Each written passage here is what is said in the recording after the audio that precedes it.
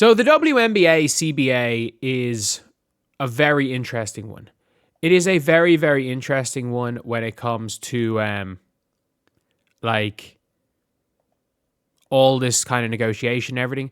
But one thing that I'm really just don't like seeing in general is I don't like seeing a situation where you've got players coming out and trying to win in the court of public opinion. Let's be real. In a labor dispute, the court of public opinion is going to side with the players kind of no matter what, even if it is unreasonable what they're asking for. And I don't know whether or not, I don't think that what the players are asking for in a lot of situations are unreasonable. So in the latest negotiations, we have got, obviously, the players were offered much, much more of a max contract and a max salary of 1 million upwards to 1.2 million. And obviously the housing's gone. The reality is like any like real serious sports leagues for the top players doesn't have housing. And that's the one thing the WNBA have. And one of the arguments that people are making, and I actually do think is a fair argument when it comes to the players, is that the reason why a lot of the perks were there in terms of living expenses and all these things is because of the lack of salary players were getting. And like I personally know that as somebody who has coached and has played and been around pros in a lower level pro league, albeit they get paid way less than WNBA players do. At these lower levels of pro basketball, the expectation is, especially like if you're having to move city, the club will pay for your living expenses. They'll pay for your accommodation. They'll pay for your food. They'll pay for a lot of these things. And your a lot of the time because there's a lot of time the actual physical playing salary isn't going to be enough. So they'll cover all that. And I do think when it's all said and done with the WNBA players, especially for lower players and hardship players, that it was needed. It was absolutely needed. But if the minimum contract's going up to $250,000 and the players only have to be marketed 6 months a year, like the minimum salary is going up by 160K. By 160K. As far as I'm aware, these teams only had to spend, what was it, $1,200 a month on the rent for these players.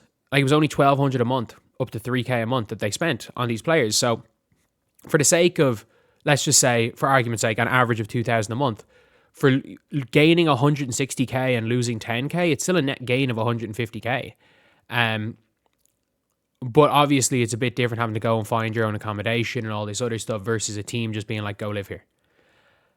But at the end of the day, it's something that I don't know if I think the league might be just throwing it at the players because they're like, well, okay, yeah, we'll give you one thing you want, but we're not going to give you everything you want. And I think both sides, I think it's always going to come in these negotiations to some form of a compromise. And I do think we're getting close to that. But the problem is, again, we're going into the court of public opinion. We have Napheesa Collier, who, by the way, is one of the two players who 1,000,000% benefits from the WNBA no longer existing.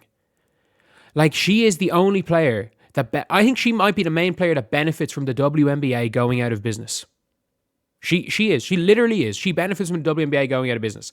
A lot of WNBA matters come out in the last 24 hours. Not sure how 1.2 million max salary for a few players and 5 million cap would exactly work with 500K average. It would work like the NBA, where you have 1 to 2 max contracts players per team, 3 at most. Not like the WNBA, where if you are the Aces, you had 4 max contract players. The Aces had 4 players under max contracts last year, and then had an overpaid Kia Stokes in there as well. They literally had 4 max contract players. So to say it's one of those things where it doesn't make any sense. Like the average salary is 500K. The max is 1.1 to 1.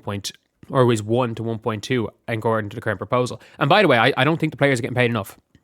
I don't think 1 million is enough. I don't think a 5 million salary cap works. But like, if one player gets paid 1 million, it's going to be a little bit like the NBA, where the top players get paid 20% of the salary cap. Like you might, if you go out with 3 players making 60% of the salary cap and you're going out with 3 max contract players, like the reason why the math doesn't work is that in this world, Katie Lou Samuelson and Mercedes Russell are not max contract players. Mercedes Russell, because she's tall, is not coming off a season where she averages 2 points per game and then earning a max contract with the LA Sparks and then getting cut on a max contract. Tiara McCown's on a max contract in this league.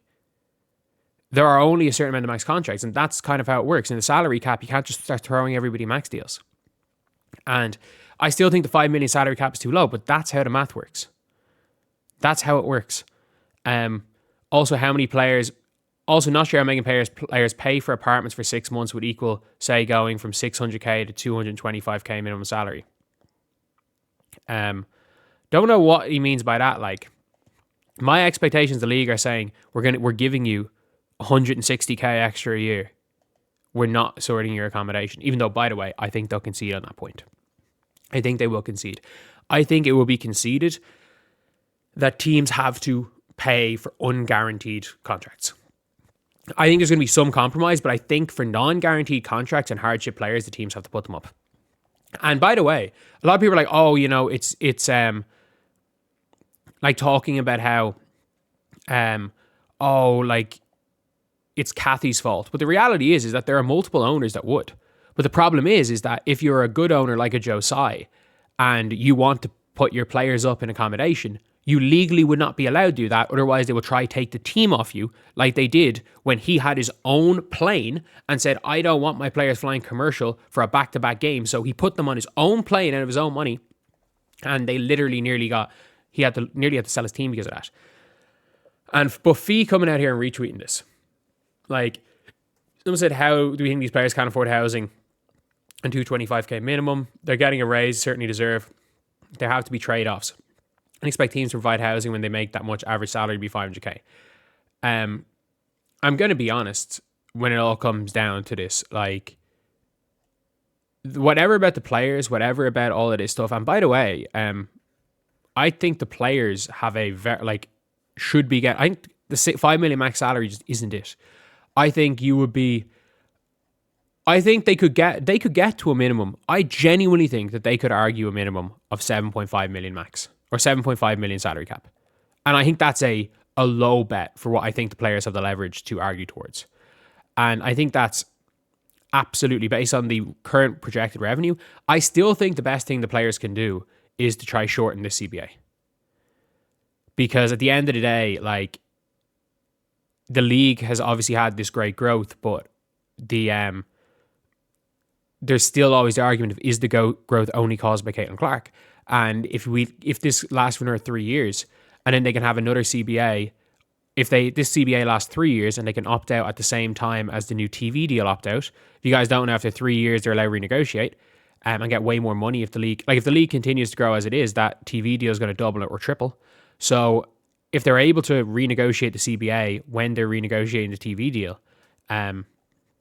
you got to really weigh that up. And I think that's probably the best option, is to sign whatever the most they can get is in this CBA and give up as little as possible. But the court of social, like, going out there on social media and retweeting things calling out the WNBA when this is like, it's, lots of WNBA math, not sure how this works, because not everybody can be on a max contract anymore. It's literally, it can be explained off with one line. And that's the problem, is that you've seen players on the WNBPA are just randomly. So basically just somebody, a writer goes and just tweets something being like, I don't really know how this works out. And then a player goes and retweets it who's a VP of the Players Union.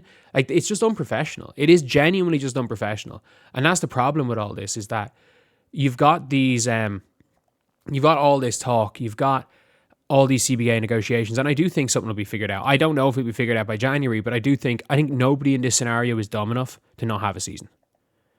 Absolutely nobody is dumb enough to not have a season next year. That would be the dumbest thing they can do. But that being said, you've got when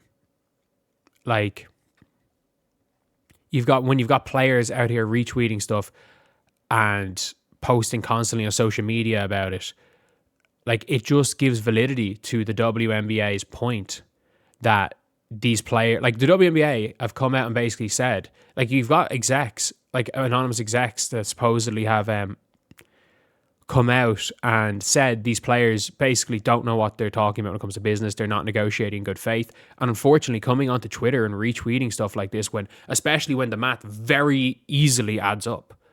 It very easily adds up as not everyone can be a max contract player anymore. And also, you've got like the salary cap in the WNBA was like 5 max contracts. That's just that's not how it was ever going to work when the max contract got bigger. And also, you're getting paid 160k more a year. Like you might be expect pay your salary, or say not pay your own housing with that extra money. So yeah, it is a really interesting thing. It is a really interesting thing overall, and I think the players probably do deserve a little bit more as far as total salary cap goes. I absolutely think they do, but at the end of the day, we're now at a situation where it's just. I just think that all this social media thing is not helping the players. Like this argument is not going to be like the CBA is not going to be solved in the court of public opinion. But yeah, that's pretty much it, lads. I'll see you guys.